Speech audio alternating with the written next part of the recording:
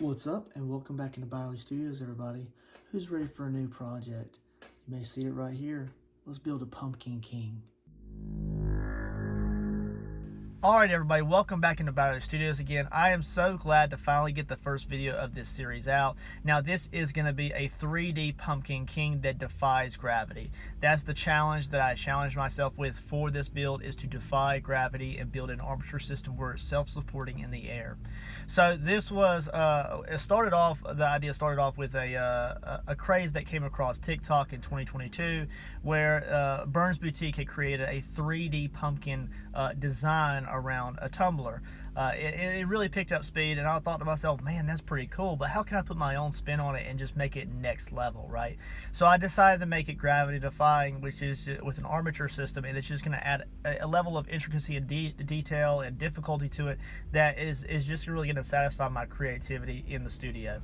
So as you can see here, I started off by using just a mug. I did not want to use a wine glass because I did not want the vine to come straight down. I wanted to challenge myself by having the weight of the tumbler coming in from a side, like the vine is coming up from behind the pumpkin and then making contact at the bottom of the mug, coming up to the top of the mug, and then it's going to go around the topper and make like a floral king crown out of leaves.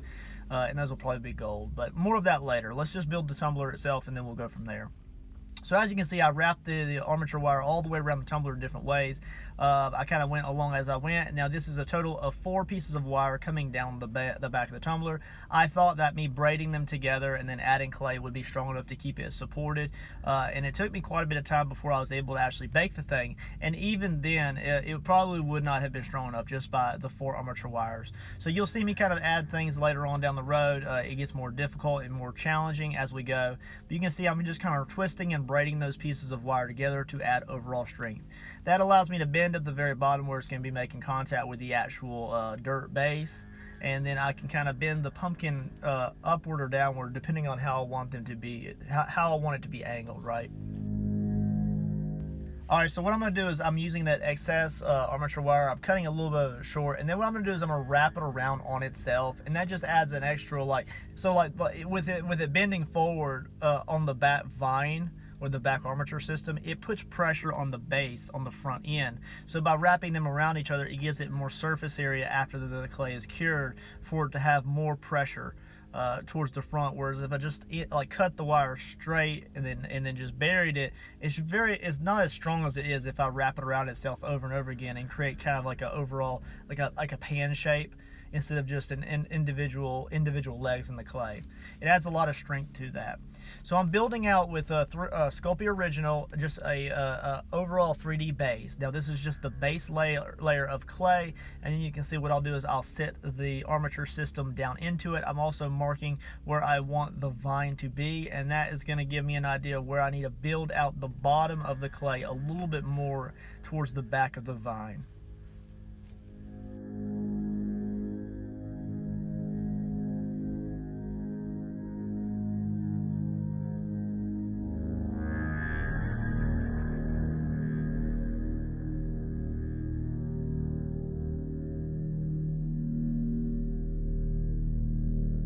So I truly did not believe that the armature system that I designed would be strong enough. So I have some steel rods from other projects sitting off to the side. I use them for different things, but anyways, I used my propane torch and I'm gonna go ahead and heat some of those up, and I'm gonna bend them and use them in the base. I used more of them than I probably intended to. That's the honesty and the truth of it. If I could have got away with not using any steel rods, I would have. But this just shows the level of difficulty that projecting something this high into the air from a different angle than just straight down is more difficult. Anytime anybody builds anything like this, it's going to be challenging, and the goal is that when you bake that thing, that is going to be strong enough to where you don't have to worry about it moving. If it doesn't move when it's raw clay, it's not going to move when it's baked clay, or more than likely not, right? So you can see that the armature system, I keep having to pull that back to bring up the trajectory of the cup and the mug. So it's holding the mug in the right way. It's sagging because it's so much weight already, right as it is. And when I begin to add that clay towards the top pumpkin, that's a lot of clay. That's a lot of bulk, a lot of mass, and it just weighs it down. So it keeps wanting to bow its head to me. So as you can see there, I'm filling in the kind of void there where that armature wire is sitting or sunk into that base clay, and then this is just blocking in. I'm going to build up the clay from the base all the way up the back of the tumbler, and this is just blocking in. I'm going to continuously add clay in, and then we'll continuously build up the structure until I'm just completely happy with how it looks.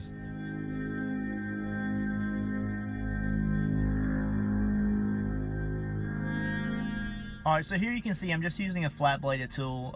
It's not sharp, it's just kind of dull, but it slices into clay just nonetheless. I'm just kind of getting an idea of where I want the root system to be.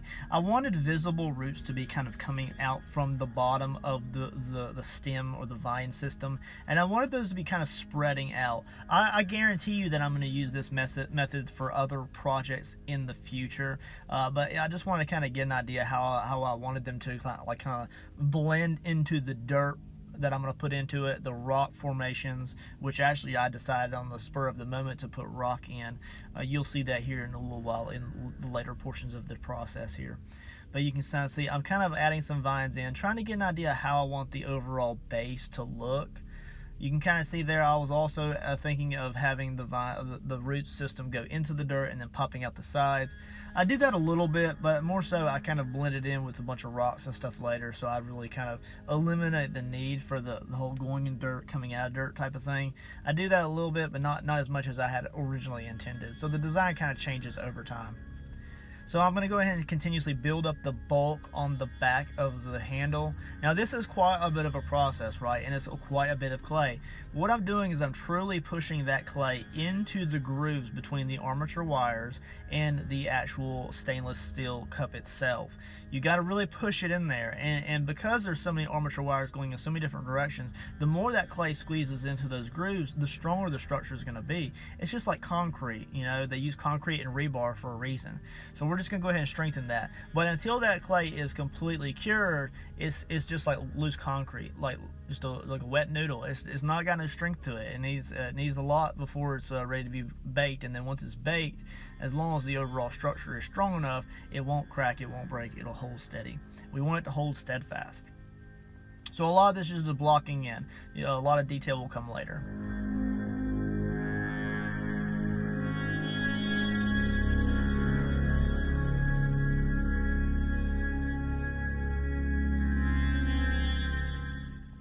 Alright, so you can see I'm just continuously building up that clay. Same process as before. But as I start to work towards the top of the build here, now I'm doing all of this on TikTok Live. So I'm talking to some people while I'm doing this. A lot of this is at 6x speed. But what I'm trying to get at is that it really evolved over time. And the fact that I was kind of debating whether I wanted to make it all out of clay, all out of some out of aluminum base, and I decided to go with the aluminum base.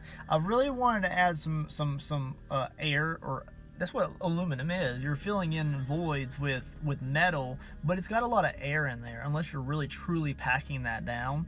And what I should have done originally is I should have created a thin layer of clay all the way around the stainless steel tumbler before I applied the aluminum foil. And I'm applying the aluminum foil in my own way. I'll be honest with you guys, I never watched Kelly Burns' Boutique video. I never did. So, but I did see the overall shape and design, so I just kind of I don't know how she did it. If I'm doing the same way that she did, then that's awesome. Great minds think alike. If I'm doing it differently, then hey, I'm doing it differently. So I'm going to go ahead and kind of trim these as I go around. I'm just creating long strands of aluminum foil, and I'm notching it at the top and just hanging them in place. Those hanging portions will not stay. They will be cut later on in the process. I'm just kind of getting an idea of the spacing where I want the pumpkin overall texture and ribs to be as they flow around the actual tumbler itself. So you kind of continuously see me go all the way around, and then what I will do is once I get that, I'll remove them and start building out a ring of clay around the top and the bottom. I should have done an entire coat of clay, but I did not. And that added a little bit of weakness between the aluminum foil and the base of the tumbler. A thin layer of clay all the way around the tumbler would have added a little bit of strength or mortar under that aluminum foil. A little bit of weight would have been added, but it would have been a little bit stronger. The overall result was the same when I got done with it, but I'm just saying is it could have been slightly stronger. You can see me removing those there, and then I'm going to add that clay, and then I'll catch you back in the next step.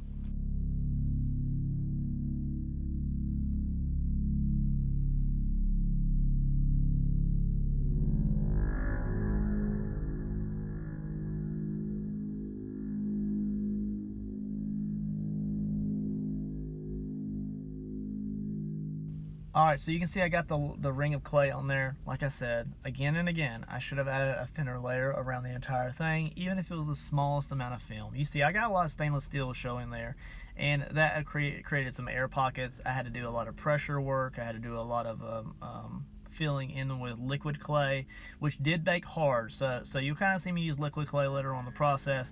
It was kind of messy. It was kind of not needed. I should have taken the time to apply a little bit more clay, a little bit more weight, and that would have resolved that issue. So you can kind of see I used some armature wire around the ribs of the pumpkin to hold my ribs in place as I cut them to shape. So there's a taper at the top and at the bottom of the pumpkin before it goes around down to its butthole. I mean, not its butthole. It is it's called a button. A pumpkin button at the bottom, I guess they say. At least that's what somebody told me on TikTok there.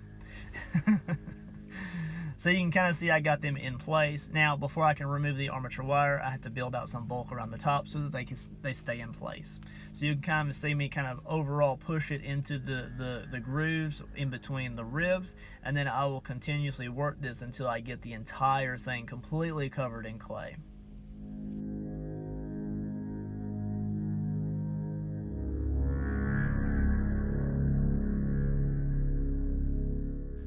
Oh, but wait, there was a problem. Like I said earlier, I had a problem with the weight system. It was far, far, far too heavy. You can kind of see that the top of the pumpkin itself is just so much more bulky than the base, and then that armature system is just not strong enough. So what I did, and this is super extra, super next level, and I don't expect a lot of people to do this, I used steel rods and I bent them with my propane torch, and then I applied those with armature wire to the actual stem of the pumpkin. So the vine has not only one but 3 steel rods in it at different angles.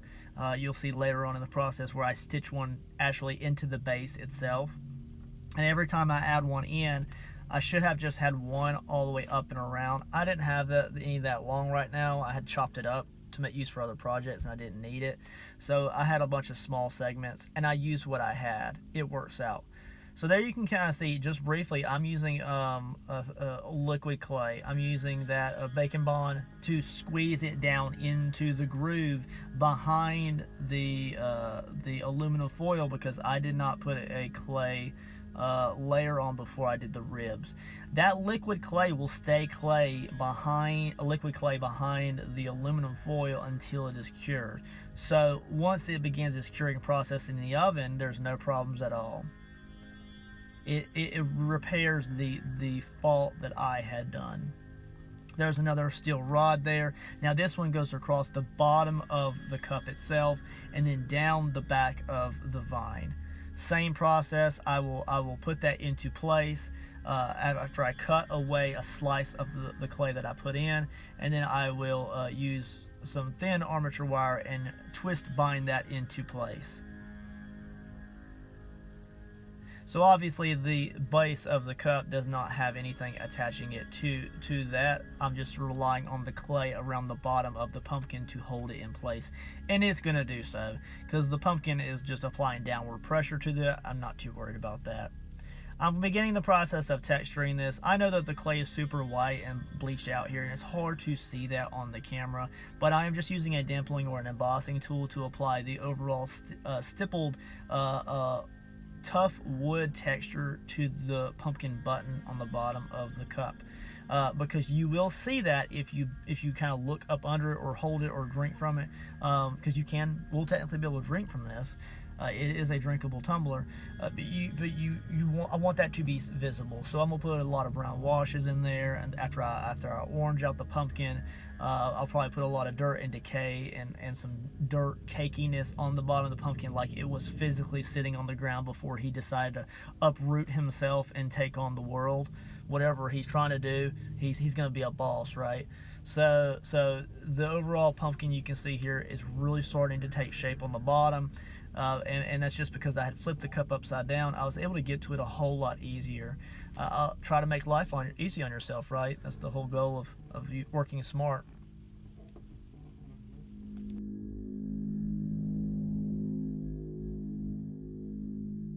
So you can kind of see as I finish up the overall skin texture of the pumpkin that I'll slowly bring in the wire tool just to apply a striation texture to that. I want to kind of scuff that up so that I can just add some micro details. Some of the paints that I put on it or the washes will kind of fill those in, and they'll get kind of like blended out. But a lot of those will kind of be retained in after the baking process and after some of the painting. So you'll get a lot of detail and grime and dirt. He's going to be a very, very dark orange grimy pumpkin. He's not supposed to be a very vibrant color. I want him to look like let's be honest, I want him to look like a badass. He's going to be Pumpkin King. He's going to have a cigar in his mouth. He's going to have sharp, jagged, bloody teeth. Yeah, the leaves that I put on his arms and stuff later on are going to be pretty cool. And at this point in the process, I hadn't even at that point decided that I wanted arms yet. I decided that here shortly. I was like, hey, I'm going to put arms on this. And then everybody on TikTok Live kind of talked me into it. I think that'd be a good idea. So as you can see here, back to my project, I went ahead and I'm using an X-Acto knife and some scissors and some side cutters, little micro side cutters, to cut away the aluminum foil base that I had put where the nose, eyes, and mouth are going to be. This is a little bit of process, and this is where I saw that weakness. Like there's air behind some of that aluminum, and I actually had to fill some of those voids in with some liquid clay. I was very generous in letting that seep into those grooves, and then I kind of apply pressure to the outside clay to push the air out from behind the aluminum foil. So during this process, you can kind of see after I cut the aluminum foil away from the stainless steel and I remove it with my side cutters, you can see the aluminum foil is visible from the interior of the eye. So I go ahead and apply a generous layer of clay around the interior of all of the holes that I applied to the pumpkin. And then what I did is I decided to add the eyebrow line in afterwards.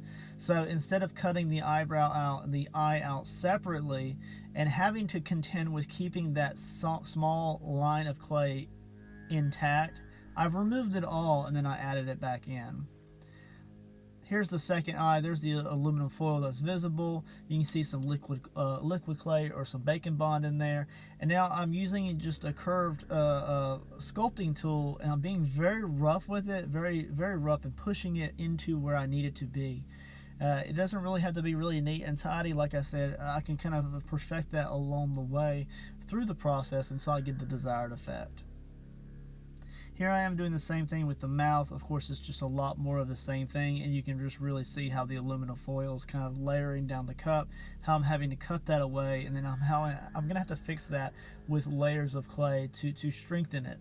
I'm also going to apply a lip across the top and the bottom. I will blend this in so that although it doesn't look like a full lip, it just looks like a small ridge where he had cut his mouth open maybe, or somebody had cut his mouth open and they were just really messy with it. The meat and the skin around the exterior of the pumpkin was pulled away, and it just kind of left a little ripple there. And that also helps to define his overall mouth. It gives it some characteristics. It gives him more of an evil grin, a little bit of texture there. And then you can see I'm extending the corners of the lips up even more. People on TikTok said that he should be a little bit evil. I said, okie dokie, let's go with it. And then we're going to jump into the base again. This is where I decided to add some of those rocks in, you guys. So I went ahead and started to build up the back of the diorama base. And what I'm doing is I'm slowly adding rocks and vines in, layering them in different ways just to add a lot of variety and shape to it. Every little bit of clay that I add to this over the third steel rod that you can see there, which is just stapled into place with the leftover armature wire, is going to add strength to that overall structure. And you can see here what I'm doing is I'm using just leftover armature wire segments, little itty bitty pieces, and I'm staking the vines where they need a little bit of extra strength. And then I'll just blend the vines over again. This is very important just because not all of the vines are truly making contact with the base. And until the epoxy process is done and I add a lot of washes to it and then epoxy it, it just really doesn't have that strength. And I don't want to risk a bunch of these perfect little vines breaking away, and then I'm having to do a lot of repair work after it's already cured using E6000 to cure it. You can kind of see I'm really building up the base. It's kind of going to project outward a little bit, and it's going to kind of give just a rock formation. Some of it will be a dirt texture, like I might even use some realistic dirt, and some of it's just going to be an overall nice gray, brown, slate rock texture. So you'll see I continuously add vines in until I'm just happy with it. I am trying to create a little bit of separations between the left side of the feet or vines and the right side. So they are two separate legs, as it were, of vines off the main stem. So I wanted to create some type of separation there. Now later on down the road, I truly might come in maybe and create like a little wooden sign that's staked in the ground in front of him that just says this is Mr. King or Mr. Pumpkin King or Mr. Pumpkin or something like that. Maybe like this is the Pumpkin King. Just something clever, something funny, something that I can just add a little extraness to him. Maybe I'll make it to where he's holding the sign or something. Maybe I'll make him a striking pumpkin. He didn't want to be carved this year, so he carved himself. Resist the man, right? Just funny stuff that I can just add in and just add extra detail and work to it, just to increase the overall difficulty, but just have fun with the process. You know, if you want to design like an accessory for him to hold, design it, and then he can hold it after the fact. It's just pretty cool. So what I'm trying to do now is I'm trying just to blend in a lot of the vines. I want the main stem to look like it's, for the most part, one continuous woody stem vine all the way down to the base. Now I will bring in a little bit of greens and browns together until I'm happy with that. I don't know how I want that to truly look. I know that I want it to lean towards the brown side on the vine, but that very likely could change because I feel like the root system probably needs to be a little bit more brown, or maybe a tan brown, as opposed to the actual stem that goes up the back and is holding the pumpkin up in the air. I feel like it probably needs to be green, but we'll see how I feel when I get to the painting portion. It's going to sit on my desk for a few weeks until I'm ready to paint it, so I'll kind of really just think about it along the way of this process. I'm adding a lot of meat in here, guys. So where the void is on the handle, I'm adding meat in there to make sure all the aluminum is covered. I'm really covering up all the armature wire. I'm even adding more vines to the top portion of the stem to create a textured effect so that when I do the cup topper, that it's kind of a lock and key type of situation where everything is blended perfectly to line up the right way. You can kind of see me in the background here. I am sculpting on TikTok Live, and I am now just going ahead and I'm going to kind of drill in the ports for the teeth. I am going to sculpt the teeth separate, and then I'm going to paint them separate with an airbrush and detail them before I E6000 or epoxy them into place. So that way I can really make them extremely sharp, and I don't have to worry about breaking or painting around them through the painting process. I can kind of have them finished out, and I can just add those in, and then maybe any glue that seeps out of those holes when I E6000 into place, it just adds a little bit of gum texture around each tooth, and I can paint those individually pretty easily. So this is where I'm almost starting to add the final details to the actual pumpkin and the stem and the base. And I'm adding small details here and there. I'm kind of jumping around at this stage, kind of getting a feel for what I want to do. But I do need to get the arms done. I wanted him to have two individual vine arms that came out and away from the main stem. And then I wanted those to just have like little fingers on them. I originally did not plan on having them as vine fingers, but when I brought the armature wire out and away from the body, I really thought that it would be cool to have them like three little fingers.